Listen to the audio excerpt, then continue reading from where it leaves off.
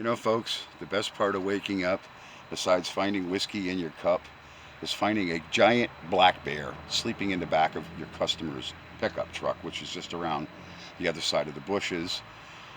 This morning, thank God, I can still run faster than a bear.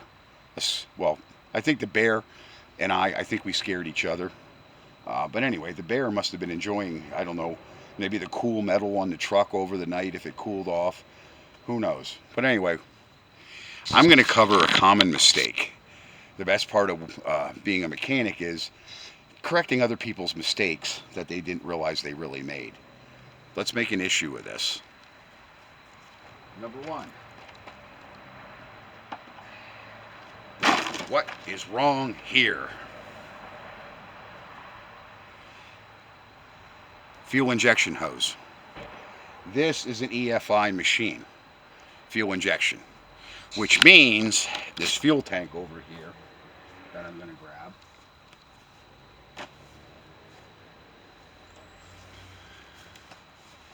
has a pump, and that pump is about 22 to 36 psi.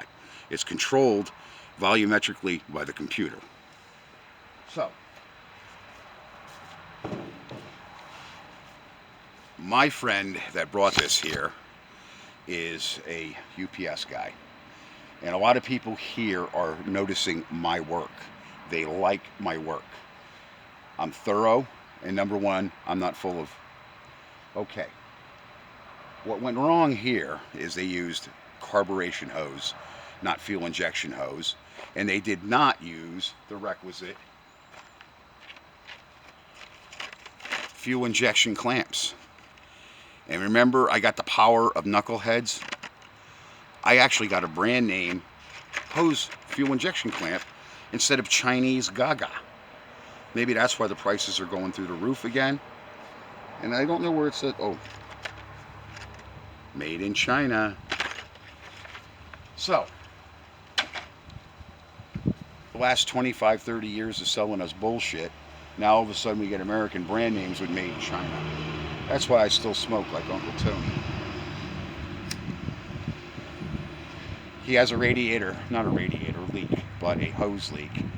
And that is due to the thermostat. So we're going to service this machine, and I'm going to save you guys. The problem is, do not use ever on fuel injection. Okay? They don't tighten up enough.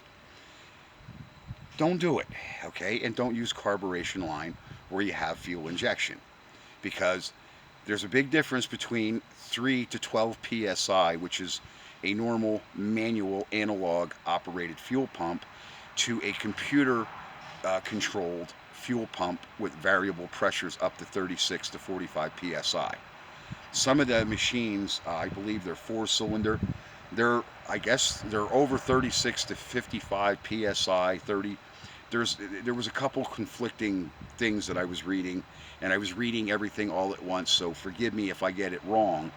But I know there's some of these ATVs with the larger engines even than this, they have, you know, almost up to 55 pounds of pressure in the fuel line, because this is fuel injected. Enough of that.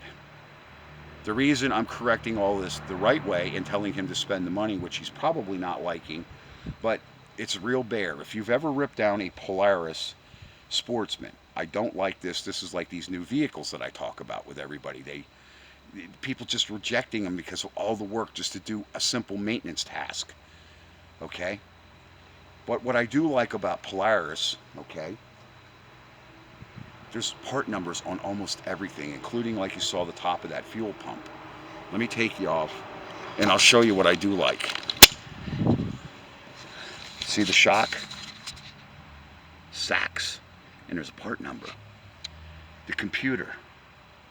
Bosch. There's a part number. Almost everything here has a part number. That's beautiful. You know, if GM and Ford ever got their heads and asses wired right and did that, that'd be a beautiful thing, wouldn't it? And I like Polaris. Their hardware doesn't really strip out unless you use the wrong screws like some bonehead did here. Their hardware is fairly quality. As much moisture as this machine has been sitting in and it absorbed, I got every bolt out with relative ease because it was quality stuff.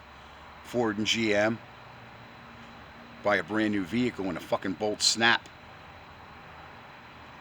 So anyway, as far as my ranting, I had another problem. T-Mobile sold me a turd of a phone, and the store again, they're a franchise, not a corporate store. They're telling me to deal with customer service. Customer service is telling me to deal with a store. The nearest corporate store for me, or anywhere, is in a 100-mile radius. It's nowhere close to where I live. It's just one fraud after another. But it's what GM and Ford are doing, and Stellantis. They're selling people crap and not wanting to take responsibility for that crap. But I don't know if Polaris went to China. I didn't even see any Chinese-made parts on this. What I did see was the fuel filter. The Bosch filter said it was made in Spain. Now, I'll bite. This is a 2004. But everything still functions on this 2004. As people say, that's about the cutoff year when you could still buy something worth a shit. Because I have lawn tractors. They're everywhere from 2000 on back. And I can fix them, I can work on them, I can repair them, and they start right up. But this selling people something and not having any service, and then you want to go to the push button monkey run around with the AI crap, hey, screw you. Let your sales drop off, and then maybe people will wake up. They want to keep the human element, people, out of, they don't want to employ anybody. They just want to keep the human element out of sales and service. How the hell can you do that? Oh, you want to buy a new phone? Go on .com, whatever, and then you get it and you don't know what the hell to do with it, and there's nobody to call. Oh, well, you have AI that tells you everything you already know, or just waste your time. Okay, believe me. And these data centers, they have them more sinister. You're not going to have any more future fair elections and people that you can count on in your governments if these data centers are built. They're nothing but large surveillance platforms, and I've been telling them. How do you think they're finding these people when they're out in state parks hiking and killing them? Okay? Mark my words, AI is not the future. It's a regression into fascism, Marxism, communism. Because you have a controlling factor. Who wants AI in their vehicle? Do you want a camera on you in your vehicle when you pick your nose or fart? Happens. Not all the time, but it happens. Or you want to have an intimate conversation. Okay, these people are going up and beyond our Fourth Amendment and our First Amendment. Okay, you want to find a cop at your door in the future because you said something in your car about somebody they didn't like? At least YouTube, they doink you, give you a warning, or X, or they suspend you or whatever, or they cancel you like Facebook or whatever. Okay, this is what it's about. Control. Okay, it's more than the monetary control.